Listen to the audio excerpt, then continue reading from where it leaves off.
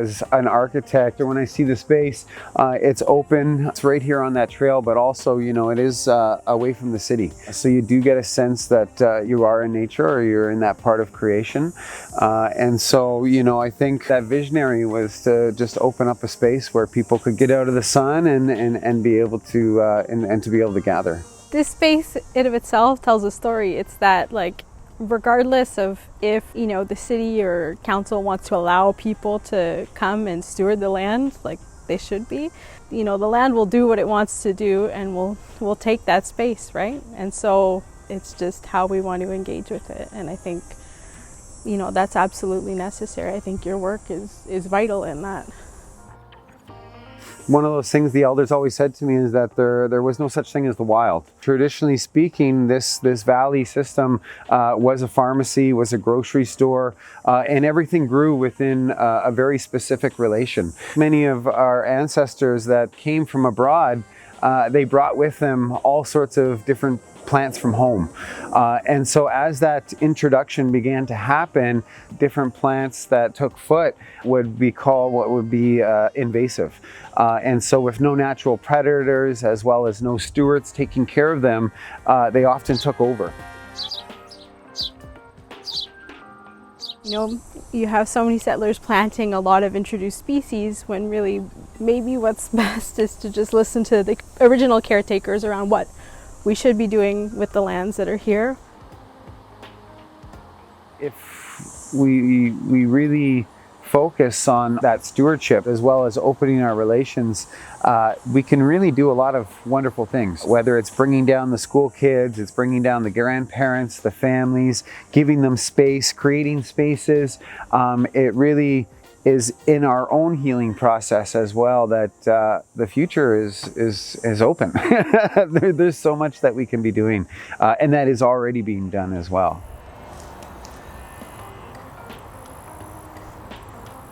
So the Humber River, it's just like a major artery of a vein that we have running in our body.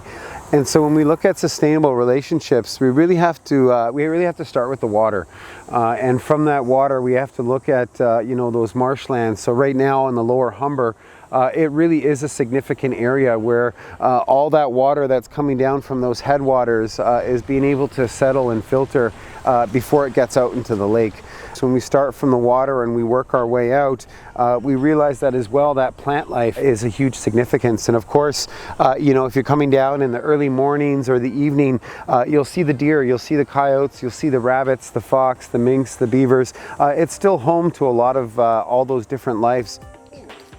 One plant that we can find in the area, you know, right now that really has a significance is that thimbleberry, also known as a purple flowering raspberry.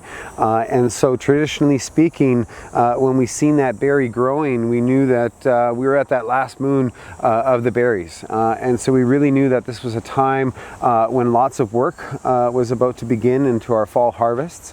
And so I encourage people to come out and to really connect with the land, and you'd be really surprised just how unique that flavor is to that berry. If there's anything that, you know, our various systems of Indigenous knowledge that we all come from have taught us, is that we're no different from our ecosystems. You know, this concept that we're any separate is so false and so colonial. And so I think the more we care for the world around us, or the land that we're on, the more that we care for ourselves. We're a direct reflection. Wherever we are in creation, Indigenous peoples have had that relationship from time immemorial. And so when we look at the mineral life, the plant life, and the animals, that traditional knowledge is key in establishing and maintaining those relationships.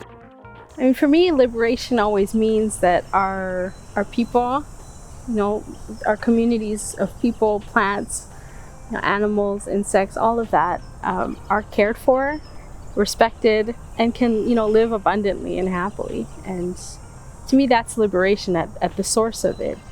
And so, you know, we think about how to make that happen. I think There's no other way forward than to bring our traditional knowledge forward. That is the only way to care for the earth and in turn care for ourselves. Reclaim and to restore those systems of knowledge is essential for that freedom.